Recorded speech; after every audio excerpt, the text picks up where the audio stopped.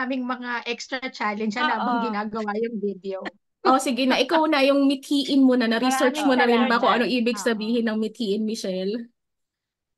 Ako na ba? Oo, Kala ko ikaw. skip na ako eh. Ako Tatlo lang naman tayo dito, Mar. Ikaw na the tayo. exact opposite ni sa haba ng sinabi mo. Parang naubos na yung time ko. Anyway, ako the exact opposite kay Rosie na for the longest time, parang I've been alone for the longest time and wala akong mahanap na partner. So, andun na ako sa point na nagsettle na ako na ako na lang.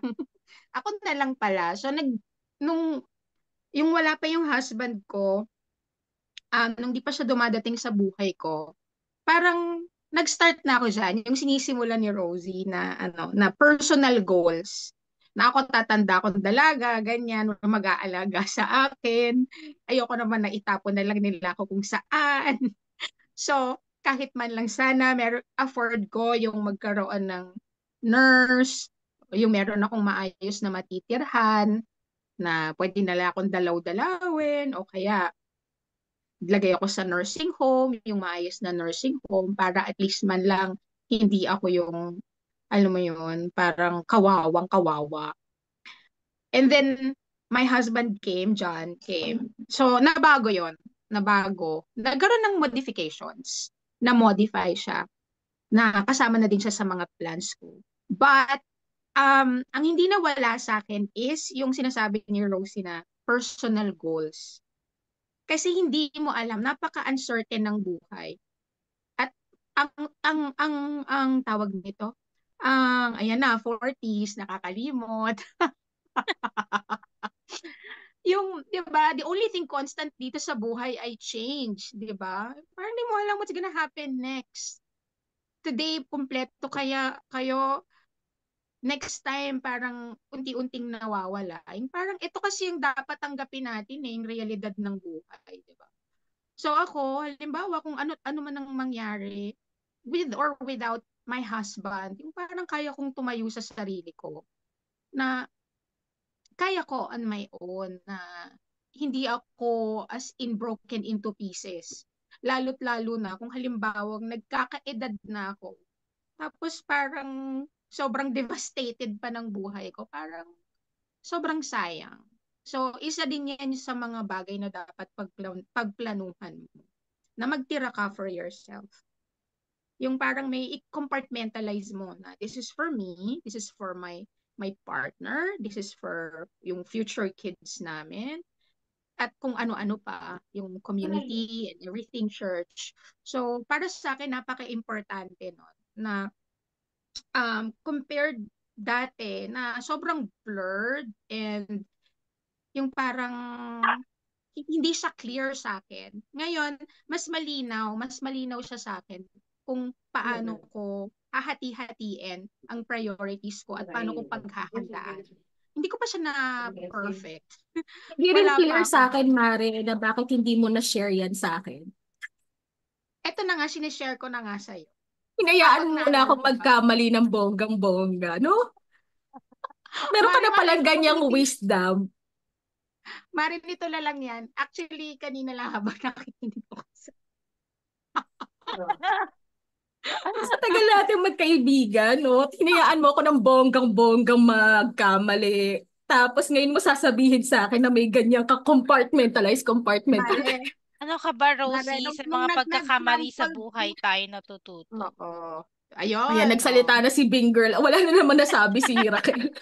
Wala na akong sasabi kundi salamat sa pagpasok Si- ninyo. si- Pagpasok dito sa Fortis Unfiltered. Oo. Salamat din, Kate, sa pag-invade mo sa 40s Mm-mm. Unfiltered. Ganda ng usapan, in fairness. Natuwa ako. 'Di ba? Feeling ko, Sobrang parang reflective. Mm-mm. pwede na nating palitan yung mga morning shows sa True. GMA dahil wala Exactly. ng ABS, di ba? Oo, GMA na lang. Ay, parang feeling ko pwede na nating gawing career to. Oo. Ito na nga yun. Ito nga yung ano natin, 'di ba? Goal natin. Magkaroon ng ibang options naman, ibang choice naman yung mga netizens Oo. netizens At natin na dahil hindi pinag-uusapan natin with Kate is financial stability, 'di ba? So kailangan nating maging creative. Yung sinasabi ko nga kay Michelle, and thankful kaming dalawa na sinakyan ni Bing yung trip namin. true, Yung bilang busy yan. Oo. Oo, at kinareer niya din naman ng bonggang-bongga. Yun, na Oo. hindi naman kailangan, 'di ba, kapag lalo na sa mga later on, mapapanood itong video natin, hindi kailangan na mag-spend or maglabas ng resources or ng savings para mag-put up ng business. Sometimes, kailangan mo lang din i-capitalize or gawin mong asset yung skills mo para mag-come up or makapag-conceive ka ng isang project or isang business na hindi mo kailangan ng capital or hindi mo kailangan ng cash. Kasi marami nang gumagawa niyan eh. May mga estudyante ako, magaling sila sa editing ng video. Nagagamit nila yung skills nila para tawag dito, yun, Generate ng income. mag-generate Earn. ng income, 'di ba? Para magkaroon sila ng sarili nilang extra money. So, pwede naman yun eh, lalo na ngayon na ang dami ng apps, ang dami ng tools. Meron din akong mga estudyante na, ay halimbawa na lang, magaling sila sa pag-create ng music. 'Di ba? Nagka-create sila ng content sa Spotify and they are earning money from it. So sa mga makakanood nito, and if you're after financial stability at hindi mo makita, paano ba ako magkakaroon ng financial stability? Paano ba ako makakapag start ng isang insurance policy? To begin with, wala nga akong pera eh. 'Di ba? Wala nga akong capital, wala akong Yun ang asset. number one na requirement. Oo. Pera. Kailangan mo bayaran si Kate Bernal para makakuha ka ng insurance policy. Hindi naman pwedeng Exactly. for friendship lang. Pwede ba, Kate? For friendship lang? Kuhanan mo kami ng insurance policy. So, hindi pwede yun, di ba? Kailangan mong magbayad sa agent mo doon sa insurance company. True. And hindi naman, marami kasi tayong excuses, di ba? When it comes to how do we make sure that we have enough or meron tayong something to start with. So, isa na yun sa Exactly. excuses natin lagi. Wala naman akong pera, wala akong capital, wala akong asset. It doesn't work that way always. So, maraming paraan para to make sure maka-avail kayo ng insurance policy or ma-reach nyo yung financial goals nyo. And this is one way na nakita namin, 'di ba? To capitalize on your skills. Lalo na yung mga kasama ko, si Bing and si Michelle, nakita naman, natutuwa nga ako, pinag-uusapan namin to ni R, kung pwede ko lang isingit ng mabilis. Um, Sabi ko, ang galing no, parang dahil ako yung nag-i-edit ng video namin, yung parang it comes out naturally kay Michelle and kay Bing, yung how they express or kung paano nila pinoproject yung sarili nila on the camera. And it made me realize na ay si Michelle kasi mass comm graduate, si Bing ay English teachers. So ito talaga yung skills natin eh, di ba? We're language teachers, we are teachers. So kaya talaga natin i-verbalize yung thoughts natin, kaya talaga natin i-express yung everyday situations natin. And I think, di ba, sa paggawa din ng content and paggawa din ng business, syempre, kailangan mo din ng skills. So dapat ma-realize mo din na meron ba akong skills na to na pwede kong gawing capital to start my own business. So sa akin, yun na. And again, natulala na. Wala pa. And again, ang ganda na naman ang sinabi ko, mga ka-40s, natulala na naman sila. Ang At hirap pinagdugtungan. Ano ba idudugtong doon? Kompleto na lahat, Rosie. Exactly. Oo, kompleto na. I Okay agree. na ako, na-compliment na ako ni Rose, hindi na ako Oo. magsasabi. Oo, sabi ko nga kay R, ano ang galing kasi hindi ko nakikita na bago kami dito sa world ng social media and content creation kasi nga it comes out naturally kay Bing and Michelle, the way they express themselves. Wala kang nakikita na may kaba or may alinlangan. Talagang very spontaneous and very creative in how pag sinabi ko sa kanila na ito ang script, Raquel, Kate Bernal, Parang artista. agad-agad may video. Late nga ako lagi nagpapasa. Ako pa Top, yung top 1 yan si Michelle eh. Top 1. Top 2 lang lalo na ako. si Michelle at hindi Alam siya niyo naman nag-relate kung to. hindi Sabi ko pwede sa kanya, nag-iintay sa akin. sabi ko sa kanya, Kate, uy, kailangan ko ng mga bloopers nyo ha. Content din natin yan. Sabi niya, ay, wala akong bloopers. Take one yan, Mare. Ito pala yon na-unfold pala ang aking acting prowess. Oo. Yes. Meron pala Salamat dito tayong sa... ganitong skills na innate sa atin, Oo. na second nature sa atin. Teka lang, nawala ako Ang sa angle importante na ko. unleash, di ba? Ang importante na unleash yan. Oo. Oo. Tsaka yun na nga lang ang masasabi natin dun sa, yung mga, lalo na yung, it's not, hindi naman 40s eh. Parang it comes sa lahat ng age brackets eh. Lalo na din dun sa mga, di ba, mas younger generations, 20s, 30s, ganyan, na nagsisimula. Tsaka, minsan di mo naman na kailangang, experience is the best teacher, but 'di ba? If you can listen and follow at Mm. saka 'di ba, learn from the mistakes of others, 'di ba? Para you don't have to go through yung mga ganong mistakes. 'Di ba? Mas nakausad ka na. Ayun lang ang masasabi ko. Yun lang Anong din ang masasabi ni Raquel? O sabi ko. sabi mo, Bing? Michelle. Hinihintay niya si Raquel magsalita kasi na-drown na naman daw si Raquel? Magaling, magaling. A big clap for you. Proud ka ba sa amin, Oo Kate? naman, oo naman. Si Bing, oh. Congrats, Bing. Wala nang masabi si Raquel. Hindi, kasi yung aking panganay dito, nakikinig siya. And Mm-mm. iniisip niya na yung mga sinabi ko sa kanya, start saving as early as Mm-mm. possible. So, ayan, Mm-mm. natatawa lang siya kasi kung ano yung Oo. sinasabi ko sa kanya. Akala niya kasi ako lang na Ikaw may lang. pagkaganyan Oo. yung nanay, di ba? Oo. Hindi niya alam, lahat ganun mag-isip. Yeah. Exactly. Oo. Eh, talagang maganda nga yan na yung at that age, naririnig mo na yan eh. Hindi po, minsan din talagang it comes with age din na hindi mo pa masyadong maintindihan. Katulad nga nung going back dun sa policies, di ba? Siguro kasi nga dahil marami pa tayong ibang iniisip at priorities, hindi tayo nag-focus dun sa importance. But then, ang kagandahan niyan is yung habang nakikinig ka, eventually, maiintindihan mo yan eh. Kumbaga, naitanim mo na sa isip mo, naitanim mo na sa puso mo. Ito pala yun. Yun. Actually, ang mga kabataan ngayon, yung nasa Gen Z na yan, mas Mm. financial literate pa sila eh, sa Ah. era natin. Kasi ngayon, Mm. parang ang dami na mas bata pero talagang kumukuha na sila Oo, ng meron ako policy. isang article ng Inquirer na nabasa ko na they're not after having kids Mm. early on, 'di ba? Para kung Mm. mapapansin natin, sila late na silang mag-asawa sa generation natin.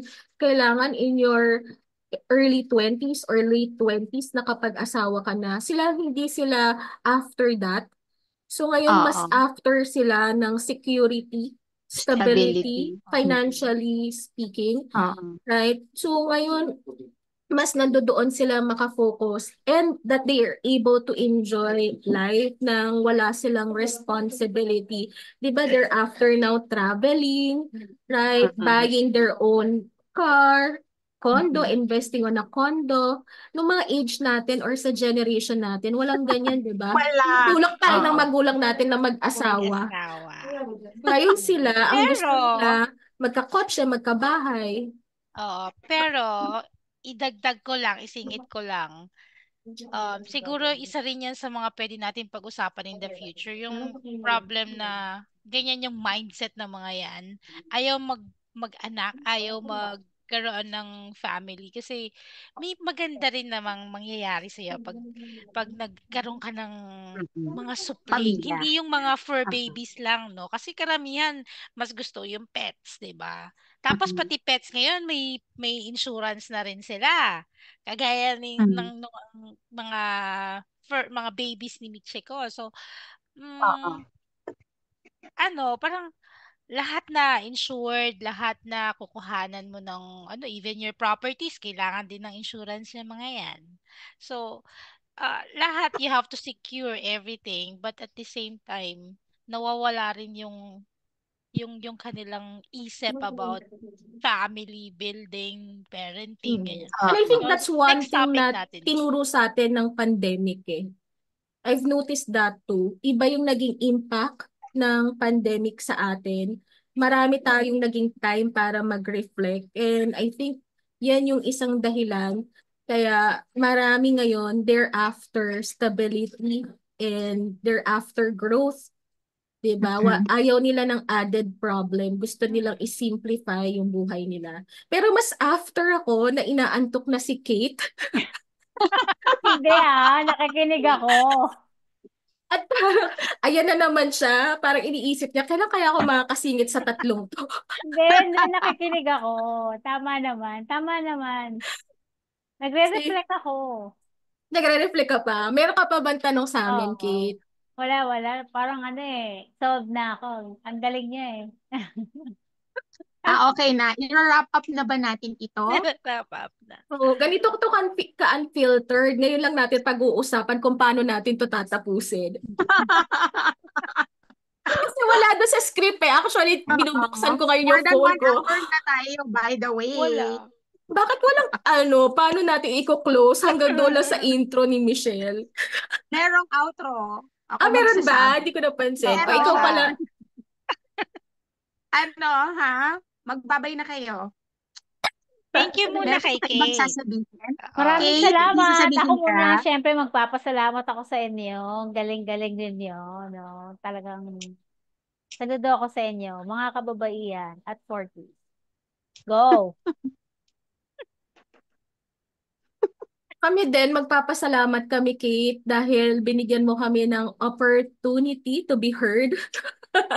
Mapakinggan yung opinion namin pagdating sa financial aspect ng buhay. And gusto ko lang din sabihin na, di ba it's fun na magkaroon tayo ng ganitong Sunday kwentuhan kasi hindi naman everyday tayo nagkakaroon ng catch-up. We've been friends, sabi ko nga kanina, since yung mga early 20s Early natin, 20s. magkakasama na tayo. Ngayon, we are already in our early 40s at si Kate naman papunta na ng 60s. Obvious naman, di ba? Obvious naman, tignan natin yung angle na lang ng camera natin. Ikaw, Kate, mas malaki pa yung background mo kaysa sa'yo. Lunod na lunod ka. So again, isa na naman yung magandang sign na mga ka-40s, hindi po siya digitally literate. 1/3 ng screen ka lang, wala pa nga 1/3 sa liit mong yan, Mare. Hindi naman Rosie. Oo, pero thank you dahil binigyan mo kami ng opportunity na to be heard on this topic. So thank you everyone. I'm Rosie. I'm Bing. And I'm Michelle. So thank you for watching our pilot episode. Tatapusin ko na talaga. Sana nakakuha kayo ng mga tips para sa financial planning sa inyong 40s. At huwag kalimutang i-like, i-follow ang page namin at syempre i-share yung thoughts nyo sa comments. Hanggang sa muli at sama-sama tayong bumuo ng magandang future. See you! See ya.